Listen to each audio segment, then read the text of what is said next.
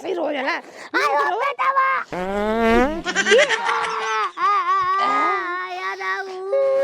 चुप रे माइक करो यार मां के पना भी मिलल का यार अरे तो लग यार माइक यार तो करब माई माइक करो माई ओह नो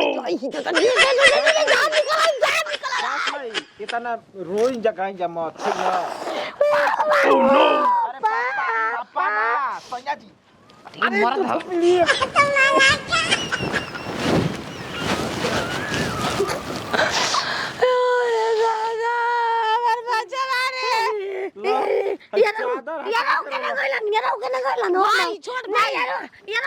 यार रानी इस मत रो रे रानी थोड़ा कैसे मनाई रे देखिए सास माई गाड़ी में गाइल बच्चा बोली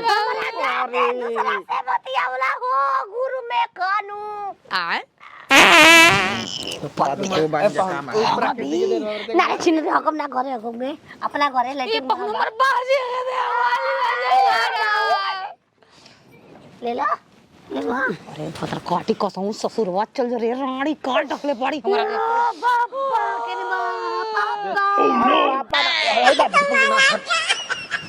ए पाहुन नंबर बाजी के तेरी बूती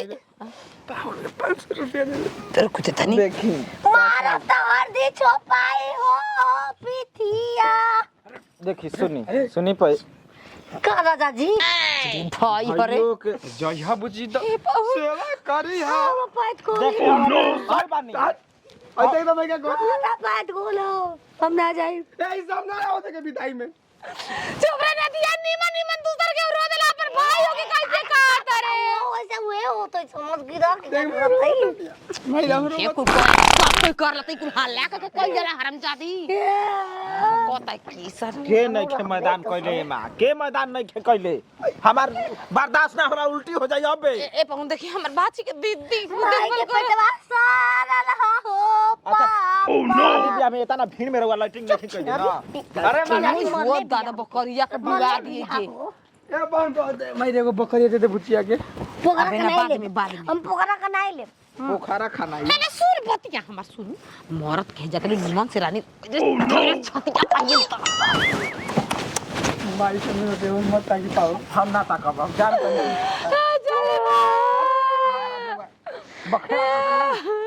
गाँव घर गाँव रे बिया ना होई हो जाइया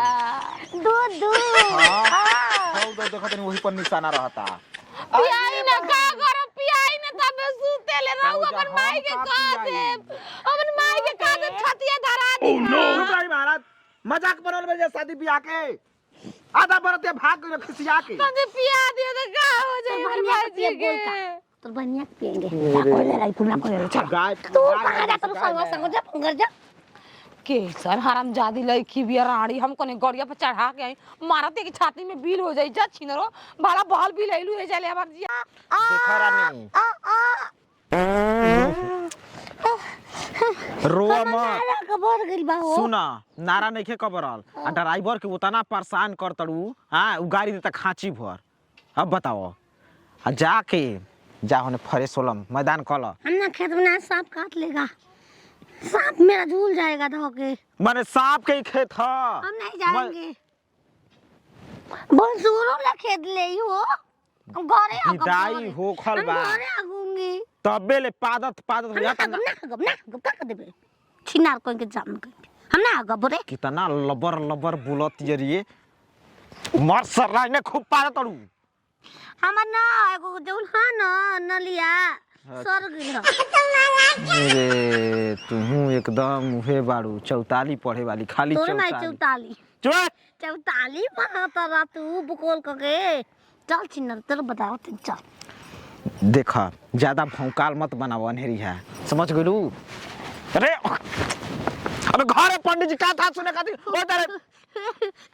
आई जा जा ए जे पर जाओ फोन चला तनी एने मार धड़का के पूरा बुझाता हागना न गइल बा कौन बात नहीं खेलत है हागम है नहीं तो खेत में काहे हाग जाई हो खेत में जाई किरा वाला खेले में का करब भागे में तेज थोड़े पीती उसाई का दौड़ाक में भाग लेल बानी हल्का में ले तो हमरा के ये हकम निशानी रही फुलाई तो हगलका देख के सुगर सुगर तो गावे आ जाई न अयो बाबू आओ रे दोमरावा छिनारो न तावा चल अपन घरे चल घर हम ना जेबो रानी नहीं हो ना जाई अरे कहाँ रे अरे ई कहाँ भागल अरे गांव घर कहत रहे कि कबो जिंदगी में तोरा बेटी के बियाह ना होई कौनो नतिया टीक के ना ले जिहस करे जवाब पर सांप लटत होई रानीन के देख के हमर दामाद के चांद के टुकड़ा मिलल बा चांद के टुकड़ा हमर बाची गइली ससुरा घर अगरे सुर कह के अब छिनरी फाइल फाइल के रहा सब पूरा गांव के गली में रानी बतर काटी छिनरी कही के केवन भतर काटी हियर मुंह पर आगे नहीं हो भाग गिरा हमरा के छोड़ दिल बा हम बीच रास्ते में राते राते आइल बानी अपने ले कैसा कैसे पाहु रे पाहुन भाग गिल बा छिनार रहे पाहुन भाग गइल बा बीच रास्ते में को तो रानी रानी दो ना का दना मिठाई अपना खादल बन तो उंगरा के दे देबो अरे हरम जदिया तोरा के चलते हम छाती सीना तोरा लेके सीना साथी करो हम ना जाई ससुरा ना जइबी होगा भी त होगले होग बीच रास्ते में पूरा पूरा लसरा गइल बा अगले बानी पैते में का गाड़ी पे कूद के भाग चलली हो कार पोगत रही बैठ के सोरी में आगा गइल बा तो का करे मन हमार घरे होगे के जगह ना ले विदाई के समय कहती कि भाई हम होगब हम इज्जत नहीं के हो विदाई से कदे होगब इज्जत के बलवान बाड़ू त रस्तिया में होगल मुतल भागल काइल हो उ इज्जत ना जाई उ रास्ते के देखता ए तो वीडियो रिकॉर्डिंग वाला आई रह जा बाह रे अकल नतिया ठीके न कतन से चन्हा के उ पागल बिया हम का जब चल रानी विदाई कर चल कहां गोड़े रुका चल ना जे बोझा हो ए जना आएंगे यहाँ से मजा मारेंगे अरे जन भातार पूरा कर दू यार कबो ना पूरा कर समझू ससुरा में जाके भाई हाउ महू के परिया के आगे नहीं रे दुगलावा अरे भाई